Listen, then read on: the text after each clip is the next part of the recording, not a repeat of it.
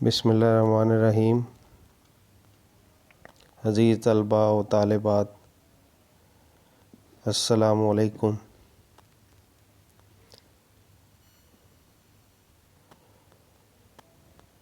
مقالہ نگاری کے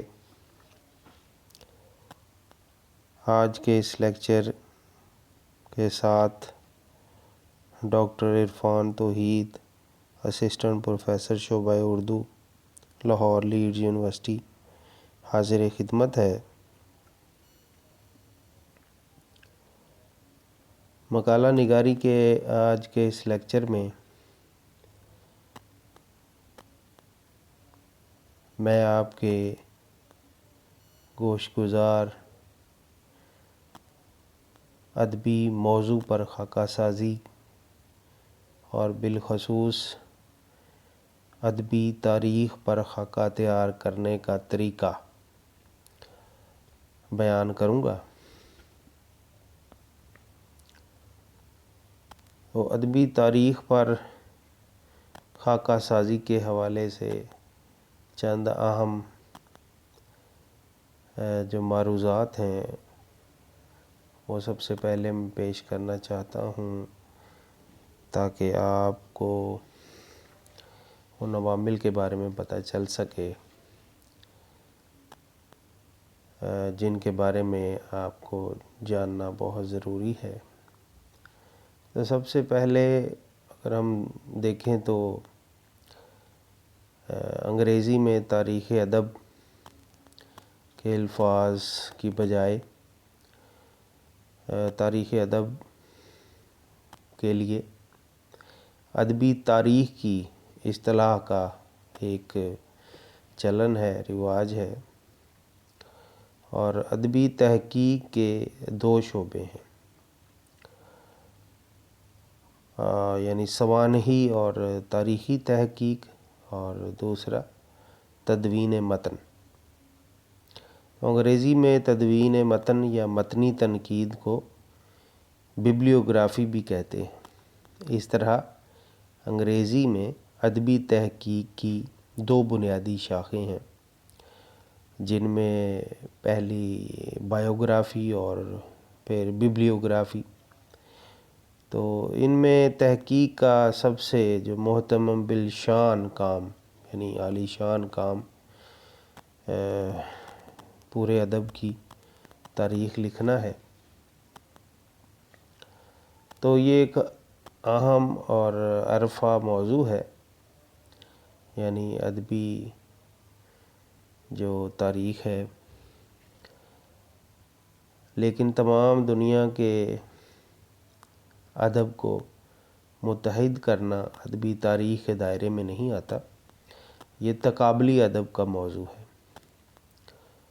تو نامور نقاد رینے ویلک کے مطابق جرمن شاعر گوئٹے نے 1827 میں جرمن اصطلاح یعنی ورلڈ لٹریچر استعمال کی۔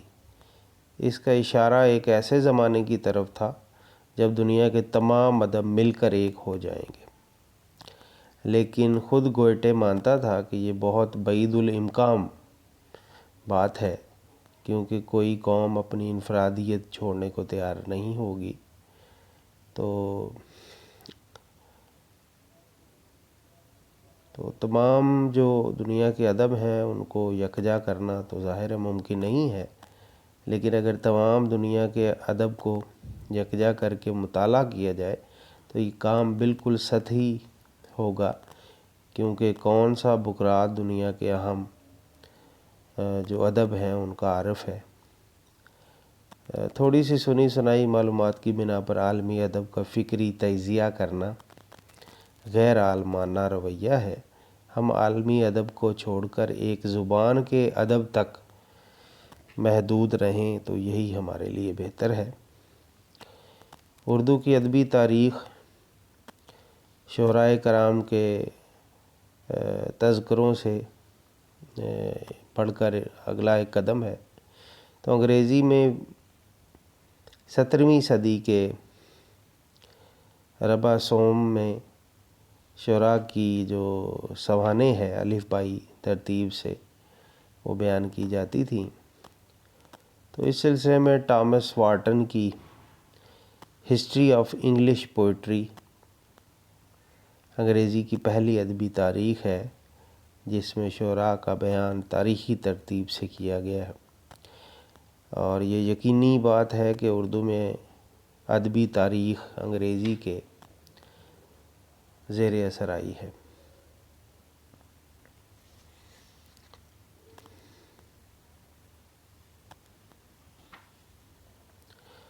تو کچھ لوگ اسے اجتماعی تاریخ بھی سمجھتے ہیں، یعنی کہ افکار کی تاریخ، جس میں فن پاروں پر محاکمہ بھی شامل ہوتا ہے۔ ٹامس وارٹن کے نزدیک ادبی تاریخ اپنے دور کی خصوصیات بے کم وقاص پیش کرتی ہے۔ ہنری مارلے اسے ایک طرح کی قومی سوانح عمری کہتا ہے۔ سینٹسبری نے اسے ادیبوں کے کارناموں کا جائزہ سمجھا ہے، جس میں ان کارناموں کی باز آفرینی ہو۔ تو کچھ اسے فن کی تاریخ سمجھتے ہیں، جس میں دلچسپی کے لیے مصنفین کی سوانح عمریاں اور کچھ منفرد فن پاروں کی قدر شناسی یعنی اپریسیشن شامل۔ تو ٹی ایس ایلیٹ ادبی تاریخ کا کچھ زیادہ قائل نہیں تھا۔ اس کے نزدیک فن پارے کی اہمیت اس میں ہے کہ وہ ماضی بن سکے۔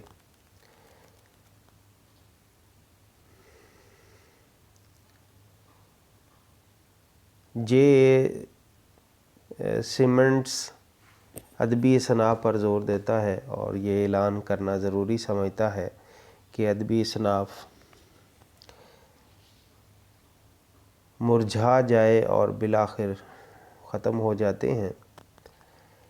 بعض جرمن اور امریکی فلسفیوں نے اسے اس وجہ سے ادب کے ارتقاء کو حیاتیات کے ارتقاء کی روشنی میں دیکھا ہے۔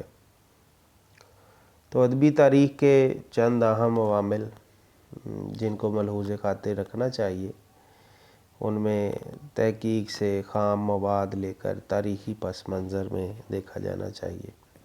فن اور منفرد فن پاروں کی قدر شناسی اس سے ممکن ہے۔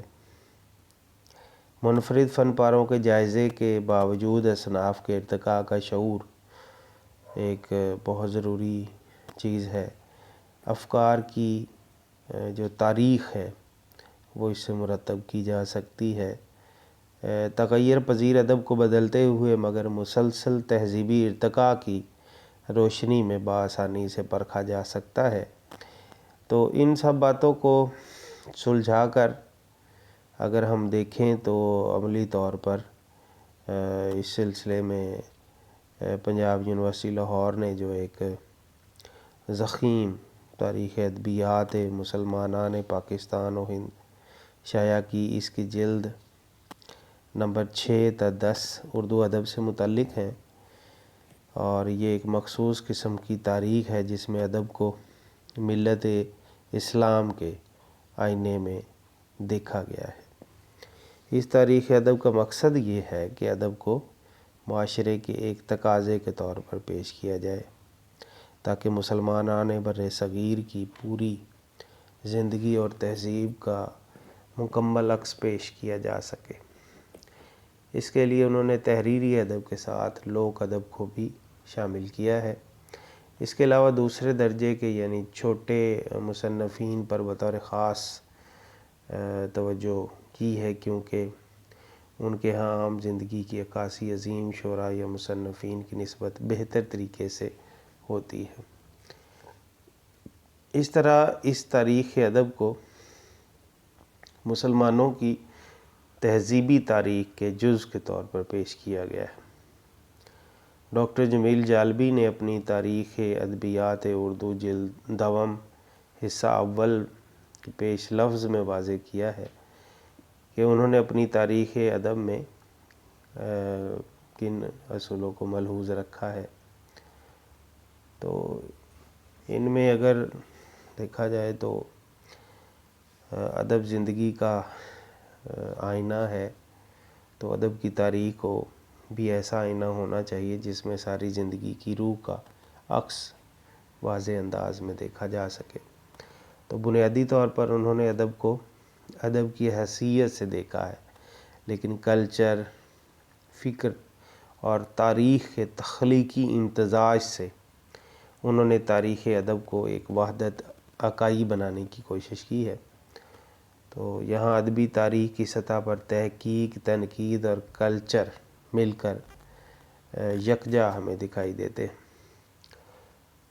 تاریخ ادب نہ صرف ادب کی بلکہ سماجی تبدیلیوں کے زیر اثر زبان و بیان کی تبدیلیوں کی تاریخ بھی ہوتی ہے۔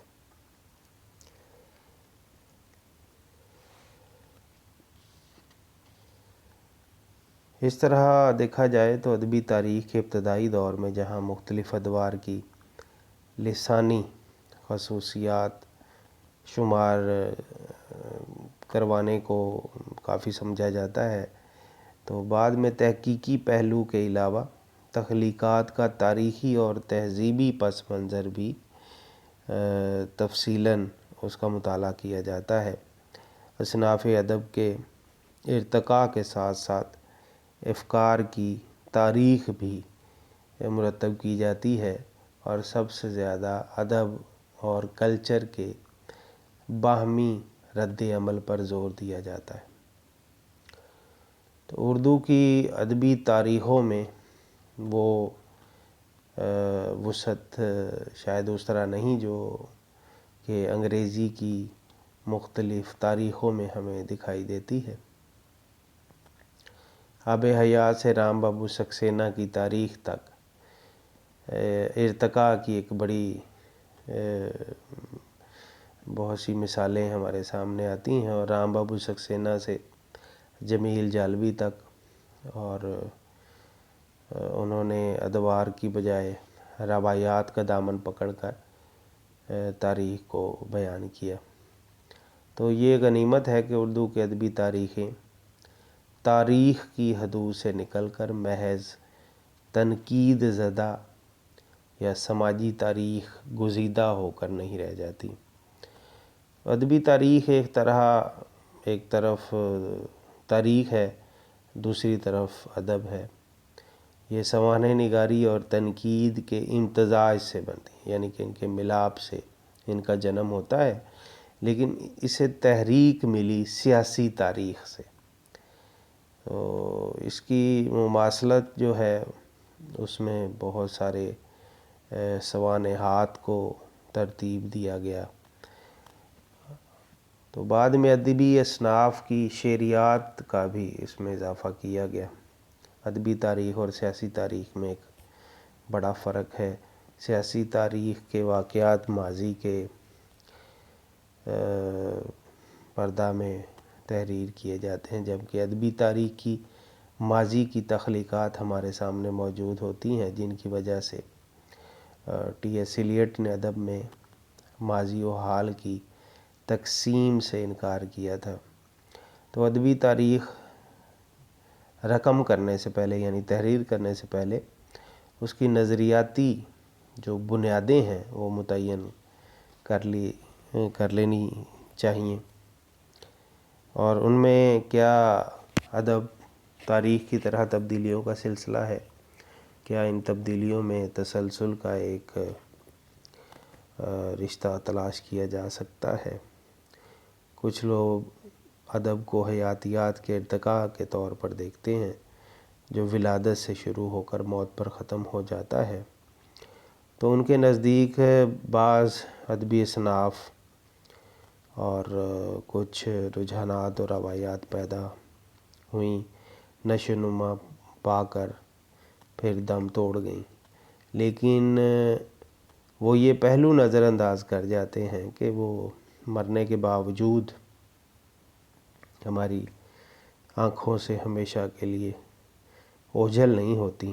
یہی وجہ ہے کہ ریختہ ہو یا ساقی نامہ، ایہام گوئی ہو یا عربی اور فارسی سے مرصع اسلوب، تو ان سب کے نمونے آج بھی ہمارے سامنے موجود ہیں۔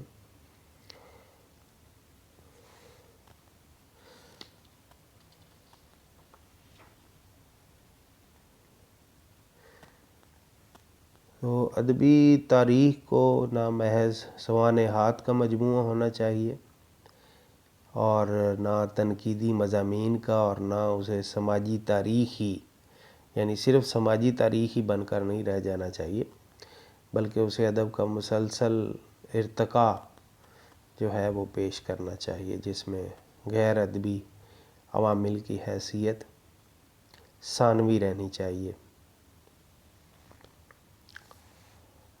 تو اس بارے میں اسپلر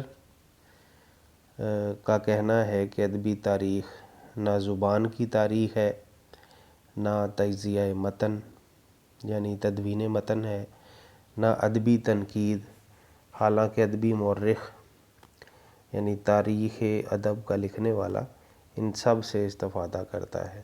ہو سکتا ہے کہ وہ خود ان شعبہ جات میں سے کسی میں یا کئی میں ماہر ہو، لیکن بحیثیت مورخ کے اس کا کردار جو ہے وہ الگ ہے۔ اسے ایسے سوالوں کا جواب دینا چاہیے کہ ایک ادبی تخلیق کیسے، کب، کہاں اور کیوں وجود میں آتی ہے، اور اس کا دوسری تخلیقات نیز انسان کی سماجی تاریخ سے رشتہ کیا ہے۔ تو اسپلر نے سب سے اہم بات اس بارے میں یہ کہی کہ ادبی مورخ کو نظری اور تنقیدی تجزیے کا کام دوسروں پر چھوڑ دینا چاہیے۔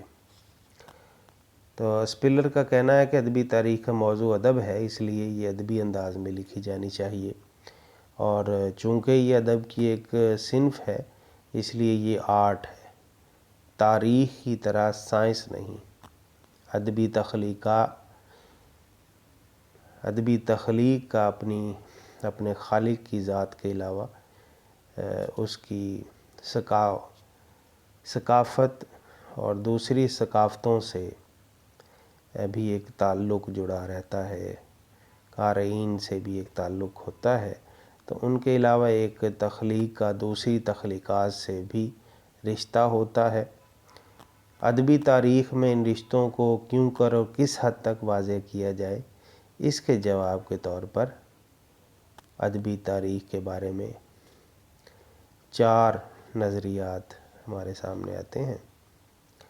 تو پہلا یہ ہے کہ قدیم ترین طریقہ یہ تھا کہ تخلیقات کو مصنف عہد اور علاقے کے سیاق میں بیان کر دیا جائے، ان پر اثر انداز ہونے والے عوامل کو نظر انداز کر دیا جائے۔ دوسرا، ادبی مورخ کے لیے صرف ادبی اثرات اہم ہیں، اس کا کام ماضی کی ادبی تخلیقات کے ماخذ اور تحریکات کی تلاش کرنا ہے، نیز ان تخلیقات کے بعد میں آنے والی تخلیقات پر جو اثر پڑے اس کی نشاندہی کرنا ہے۔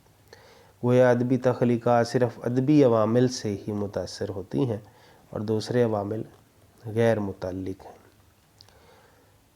تیسری بات یعنی کہ تیسرا نظریہ، اس کے مطابق ادبی عوامل کے ساتھ تخلیقات اور اس کے کلچر نیز قارئین اور ان کے کلچر کا بھی مطالعہ کیا جاتا ہے۔ اسپلر کے نزدیک یہی سب سے بہترین نظریہ ہے۔ اس کے بعد چوتھا نظریہ، تو اس میں یہ ہے کہ وقت کو سیدھی لکیر نہیں مانا جاتا، بلکہ ایک نفسیاتی تصور، ایک دائرہ قرار دیا جاتا ہے۔ اس میں ادب پر دیومالا، اساطیر، علامات اور اقدار کے اثرات کو دیکھا جاتا ہے۔ تو اس میں واضح ہو کہ دراصل یہ ایک نقاد کا میدان ہے۔ دیومالا ادب نہیں بلکہ اس مواد کا حصہ ہے جس کے زیر اثر ادب وجود میں آتا رہتا ہے۔ تو ادبی مورخ کو دوسرے علوم میں بھی کچھ نظر رکھنی چاہیے، مثلا فلسفہ، نفسیات، مذہب، سیاسیات، تاریخ، ڈرامہ، لسانیات یا ذرائع ابلاغ وغیرہ۔ تو ان سے فائدہ اٹھانا چاہیے، لیکن انہیں اپنے اوپر حاوی نہیں ہونے دینا چاہیے۔ وہ خیال رکھے کہ وہ پہلے ادبی مورخ ہے، بعد میں کچھ اور۔ تو ادب کی تخلیق میں جو عوامل اثر انداز ہوتے ہیں، ادبی مورخ کو اپنی تاریخ میں ان پر لازماً توجہ دینی چاہیے، اور ان کی تفصیل میں چند اہم پہلو یہ ہیں کہ سب سے پہلے افکار و تصورات، مثال کے طور پر وہ مذہبی عقائد و افکار ہو سکتے ہیں، سوشلزم، وجودیت، مارکسیت، فرائیڈ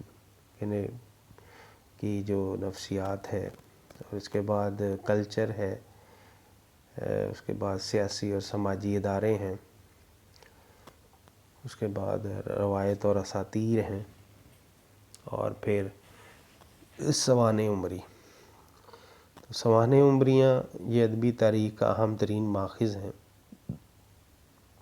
ادبی تاریخ میں کئی بار زمان و مکان کے ایسے تنگ قطعے دکھائی دیتے ہیں جن میں کثرت سے بہت سی اچھی تخلیقات وجود میں آئیں، اس کے بعد عرصے تک کمی ہی محسوس ہوتی رہی۔ تو گویا ادب کے ایک دائرے میں چلتا ہے۔ دوسرے الفاظ میں سے ادبی تحریکات کے فروغ و زوال کی زنجیر بھی کہا جا سکتا ہے۔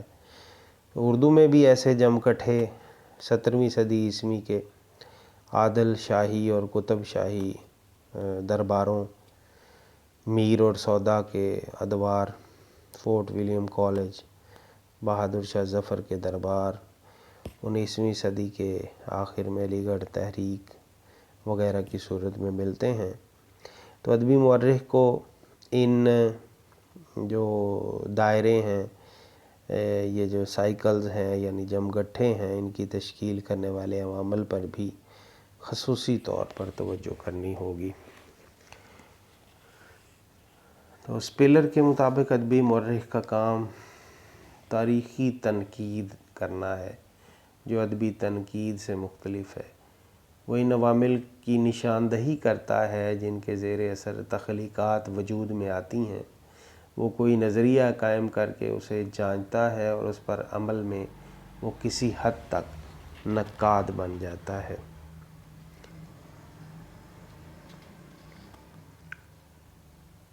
ابتدائی ادبی تاریخیں ادیبوں کی سوانح کا مجموعہ تھیں جنہیں تاریخی ادوار میں تقسیم کر دیا گیا، اور اس کے ساتھ ان کی تخلیقات پر بھی توجہ کی گئی۔ تو بعد میں تاریخ میں قدر پیمائی اور تنقید کا عنصر بڑھتا گیا۔ تاریخ کو تنقید سے جدا نہیں کیا جا سکتا۔ ہم جب یہ طے کرتے ہیں کہ اپنی ادبی تاریخ میں کن کن ادیبوں کا ذکر کریں گے، تبھی ہم اپنے اندر ادبی نقاد سے مدد لیتے ہیں۔ ادبی تاریخ میں کلچر کے ذکر کے ساتھ ساتھ افکار کی تاریخ پر بھی خصوصی دھیان دیا جاتا ہے۔ یہ افکار مذہبی، سیاسی، تاریخی، سماجی، فلسفیانہ اور ادبی بھی ہو سکتے ہیں۔ اسی وجہ سے ادبی تاریخ کو تحریکات اور رجحانات پر توجہ کرنے کی خاص ضرورت ہوتی ہے۔ ان کے بیان میں احتیاط کی ضرورت ہے۔ کلچر کے بیان میں یہ کافی نہیں کہ کلچر یا سیاست کی تاریخ الگ بیان کر دی جائے اور تخلیقات کا تجزیہ الگ پیش کیا جائے۔ یہ دو بیان جو ہیں الگ الگ نامناسب ہیں۔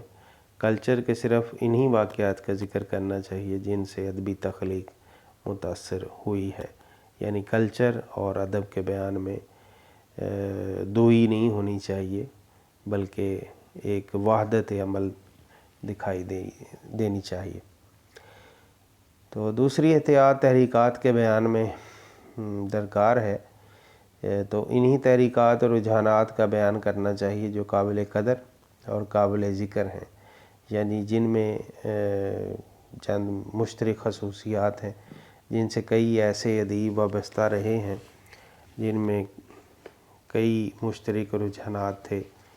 دلی اور لکھنوی شعری دبستانوں کے ڈھیلے زمروں کو کم اہمیت دینی چاہیے، کیونکہ ان میں دراصل کئی امتیازی اشتراکات موجود نہیں تھے، جبکہ علی گڑھ تحریک، انجمن پنجاب، ادب لطیف، ترقی پسند تحریک، ہلکا ارباب ذوق، جدیدیت وغیرہ میں ایسے ادبی اور فکری رجحانات مشترک تھے کہ ان تحریکات اور رجحانات کی اہمیت میں کوئی شبہ نہیں کیا جا سکتا۔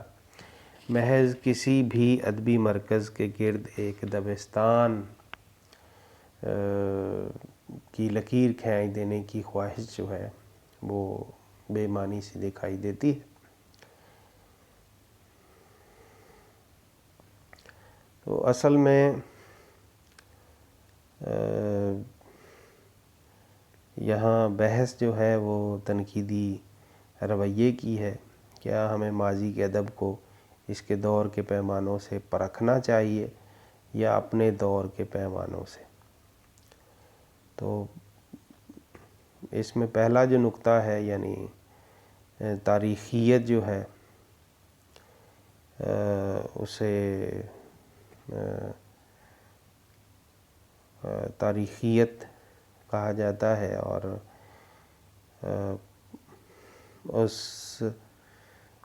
اس کے ہم ماضی کے جو اس کے عناصر ہیں ان کو پیش کرنا ہمارا مطمع نظر ہوتا ہے۔ اور اس کے ساتھ دوسرا نقطہ نظر جو ہے وہ قطعیت ہے، یعنی ایبسلیوٹزم ہے۔ تو ان دونوں، یعنی تاریخیت اور قطعیت، ان دونوں میں چند مشکلات ہمیں پیش آتی ہیں۔ تو اگر ہم ہر دور کے حوالے سے اسی دور کے معیار کا استعمال کرتے رہیں تو ہمارے پاس کوئی ایک پیمانہ، یعنی ایک قدر ہوگی ہی نہیں، یعنی ہمارے پاس ایک قدر نہیں ہوگی، ایک پیمانہ نہیں رہے گا۔ ہم ایک دور میں معنی بندی اور دقیق زبان کو سراہیں گے، دوسرے دور میں سادہ و شیریں زبان میں جذبات نگاری کو بہتر سمجھیں گے۔ تو اگر حال کے پیمانے میں یہ قباحت ہے کہ ہم آج کے معیار سے افسانہ عجائب کے جو مرقع اسلوب کو ناکارہ اور دا کی غزلیات کو تیسرے درجے کا ادب قرار دیں گے، لیکن یہ حقیقت ہے کہ اپنے زمانے میں یہ تخلیقات، یعنی فسانہ عجائب اور دا کا کلام ہے، وہ اپنے زمانے میں بے حد مقبول تھا، یعنی اپنے عہد کے ادبی مزاج کے مطالبوں کو یہ بات آسودہ کرتی تھی۔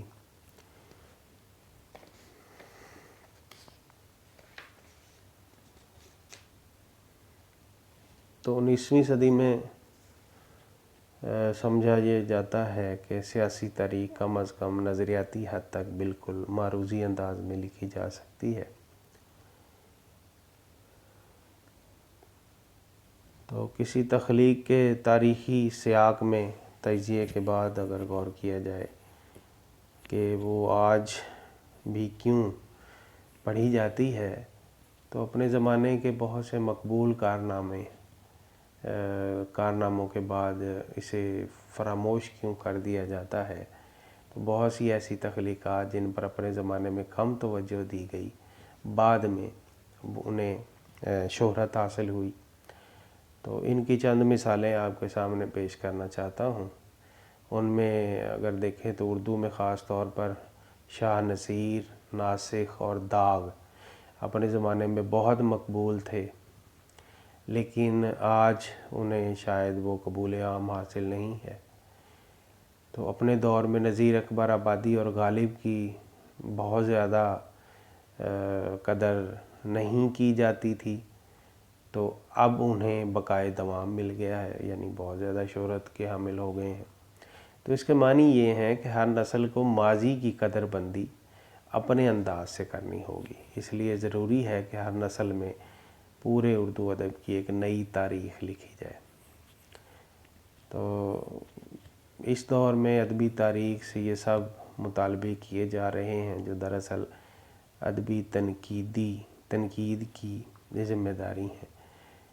ادبی تاریخ کو سب سے پہلے تاریخ ہونا چاہیے، اس میں درست سنین دیے جانے چاہیے کسی مصنف کا، سن ولادت، سن وفات اور زندگی کے دوسرے اہم واقعات، مثلا ایک مقام سے دوسرے مقام پر ہجرت کی جو تاریخیں ہیں وہ درست دی جانی چاہیے۔ اس کے علاوہ اس کی مختلف تصانیف اور ان کے اہم ایڈیشنز کے جو سال ہیں وہ زیادہ سے زیادہ درست انداز میں تحریر کیے جانے چاہیے۔ اگر تخلیق کہیں اور سے ماخوذ ہے تو اس کے اصل ماخذات اور جو مختلف تراجم کی جو نشاندہی ہے وہ بھی کی جانی چاہیے۔ تو قدیم ادب میں اس پہلو پر بطور خاص توجہ کرنے کی ضرورت رہی ہے اور آئندہ بھی رہے گی۔ تو ابتدائی دور میں قدیم تصانیف میں لسانی جو پہلو پر بھی توجہ کرنی ہوگی۔ تنقیدی جائزے اور تنقیدی کتب جو ہیں انہیں ادبی تاریخ میں خاص مقام حاصل ہے، تو ان کی جو درست انداز میں وضاحت ہے وہ ان سے صرف نظر ممکن نہیں ہے۔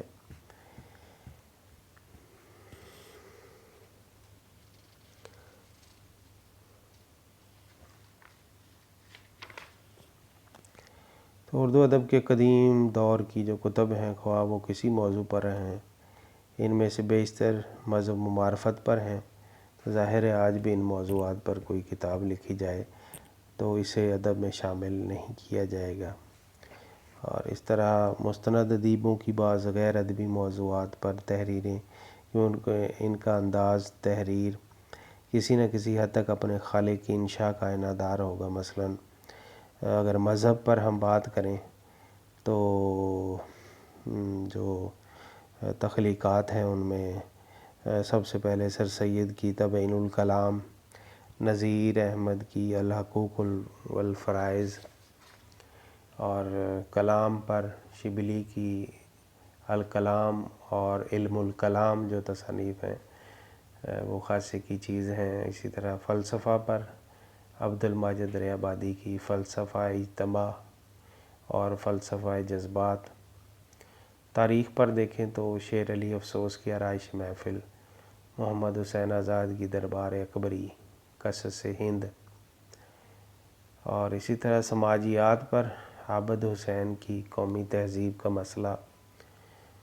تعمیرات پر اگر دیکھیں تو سر سید کی تصنیف آثار الصنادید خاصے کی چیز ہے۔ جغرافیہ کے بارے میں بات کریں تو عبد الماجد دریابادی کا جغرافیہ قرآن، سید سلیمان ندوی کی ارض القرآن۔ ادبی تحقیق میں